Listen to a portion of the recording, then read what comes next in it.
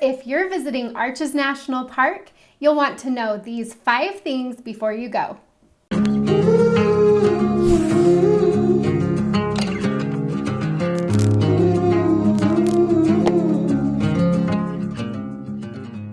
My name is Ash. I'm a former park ranger. I'm also a Utah native, so you can find me in Arches National Park all the time. I love going down to this area and exploring. And so today I want to share with you 5 things that you need to know before you go to Arches National Park so that you can have a fantastic vacation. The first thing that you need to know is that Arches National Park has so many arches. So you probably expect to see some of these natural rock arches while you're in Arches National Park, but it is incredible how many arches are actually in this small area. So Arches National Park actually protects over 2,000 natural arches.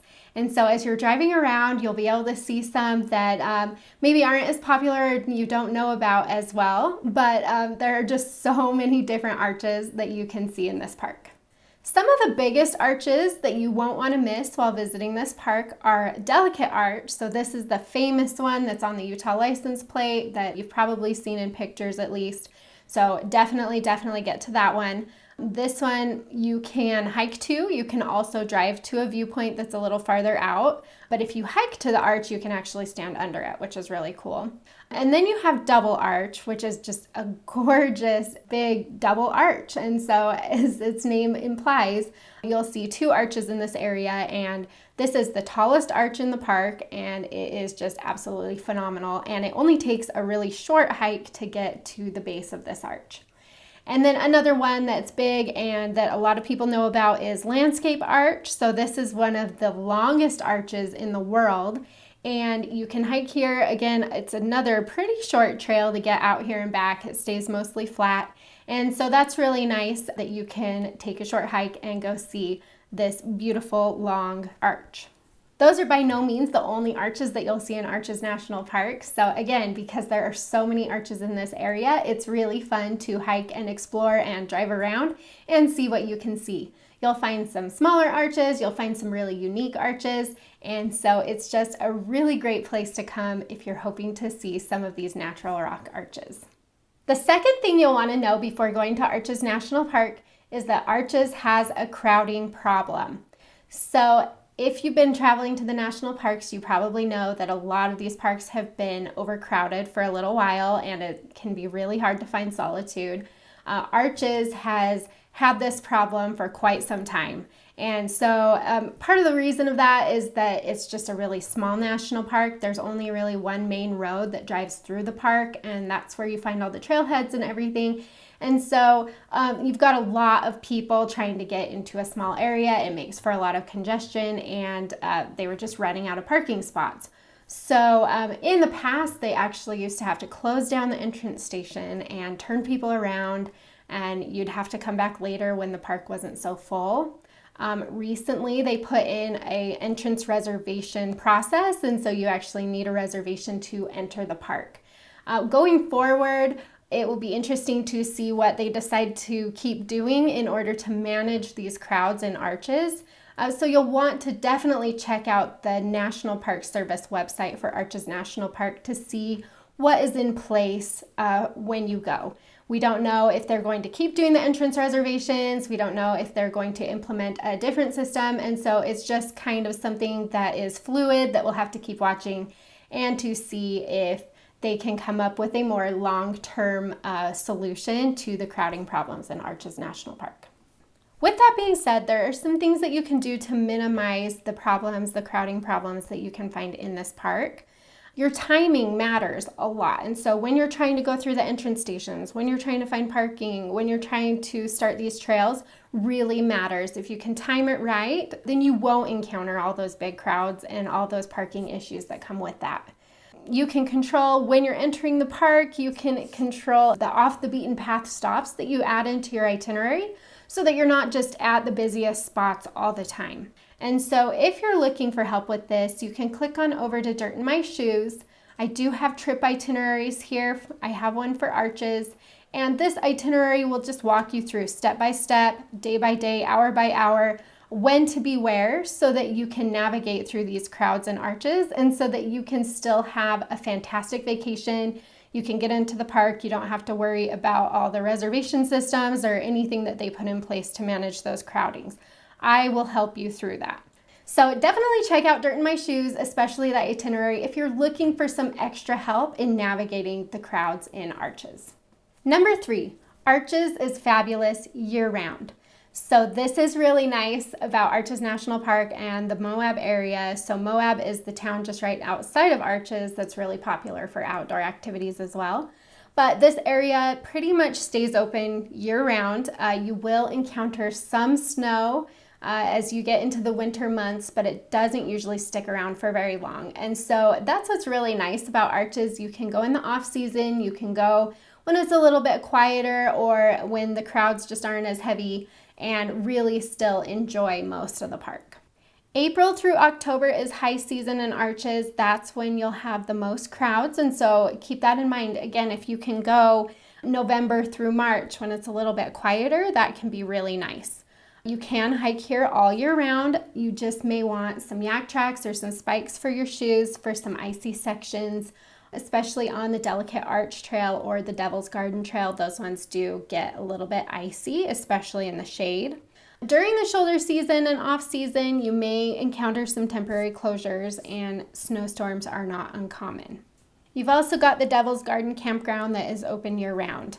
So again, if you're going to Arches and you're wanting to know when the best time to visit is, I typically like to go in the shoulder season if I can, just because it helps with the crowding. The weather typically stays nicer during this time of year.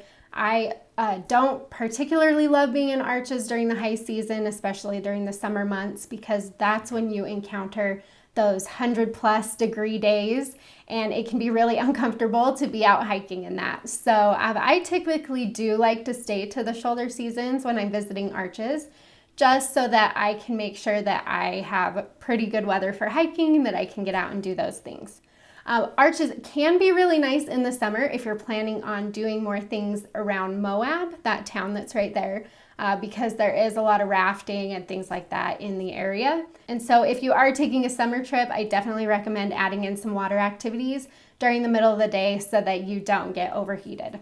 If you're looking for a more detailed step-by-step description of all of the different months in Arches and what to expect, you can click on over to Dirt in My Shoes. I have a whole article about the best time to visit Arches National Park. I give my suggestions, and I also break it down month by month so that you know exactly what is open and what to expect during the month that you're hoping to visit the park. Number 4, you won't find very many lodging options in Arches National Park. So this park, again, is a little bit on the smaller side, and so there just isn't as many places to stay if you want to be in the actual national park. If you want to be in the park boundaries, then the only option is to camp at the Devil's Garden Campground. And this campground is at the very end of the park road, and it is right by the Devil's Garden trailhead, so there's a really cool trail right there. And it's a beautiful campground. So if you're wanting to stay in the park, that's a great option, and I highly recommend it. Reservations for this campground go on sale 6 months in advance, and you will want to make sure that you are ready to go exactly when those open up, because it is extremely competitive to get camping in this campground. Now, the nice thing about Arches National Park is that it is so close to a really fun town. And so you can see the Arches map right here. If you look right here at the very end of the road, this is where you'll hit the Devil's Garden Campground. But if you go outside of Arches, so we're coming down this park road and you go outside of Arches, you'll see the town of Moab right here. And Moab has everything that you could possibly want. It's got tons of different lodging options, lots of restaurants, so many activities. You can go hiking, biking, rock climbing, jeeping, there's rafting, so many different things you can do here.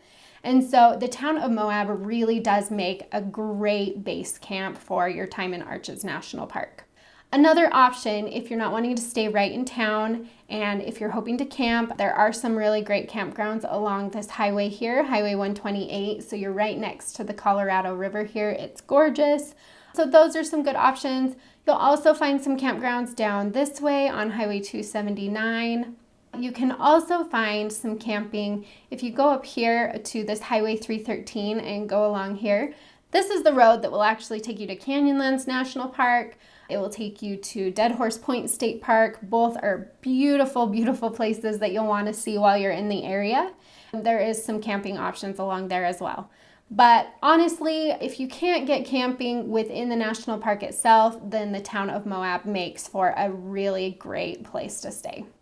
The fifth and final thing that you'll want to know before visiting Arches National Park is to please don't step on the crust. What I mean by this is Arches National Park and the area around it is really cool because it actually has living soil.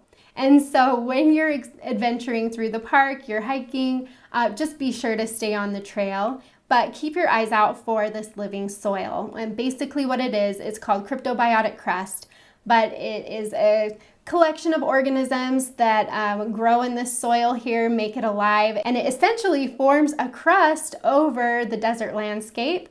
And what this does is it keeps in water so that more plants can grow, and it keeps things from eroding away so the wind can't blow the sand everywhere. And so this crust really holds the desert landscape in place and is extremely important to this ecosystem. So as you're out hiking, again, keep an eye out for it because it's super cool to see. Sometimes it's in like little piles and you can see it gets darker the older it gets, and so some of this cryptobiotic crust is hundreds of years old, some of it is thousands of years old, and so it's just really cool. It's so crucial to this desert landscape. So the absolute best thing you can do while you're here is to not walk off the trail. Please be sure that you're staying on the trail so that you can help us protect this cryptobiotic crust. It's not every day that you get to see dirt that's alive, so that's what makes it cool. And again, just keep your eyes out for it because it's really fun to see while you're out hiking, and it's something unique that you might not have at home. Okay, so we got through the 5 things that you need to know before visiting Arches National Park. I absolutely can't wait for you to visit this national park, and while you're here, you'll probably also want to go to Canyonlands too. So keep that in mind as you're planning out your trip schedule. Leave time for Arches and Canyonlands. And if you need help with any of your planning process, that includes how many days to spend in the area, where to stay, what to do, if you want a full itinerary schedule just done for you so that you don't have to do anything else, just be sure to click over to Dirt in My Shoes. I have all of that over there for you so that you can make your trip to Arches a huge success. Now, have a great time and don't forget to get some dirt in your shoes.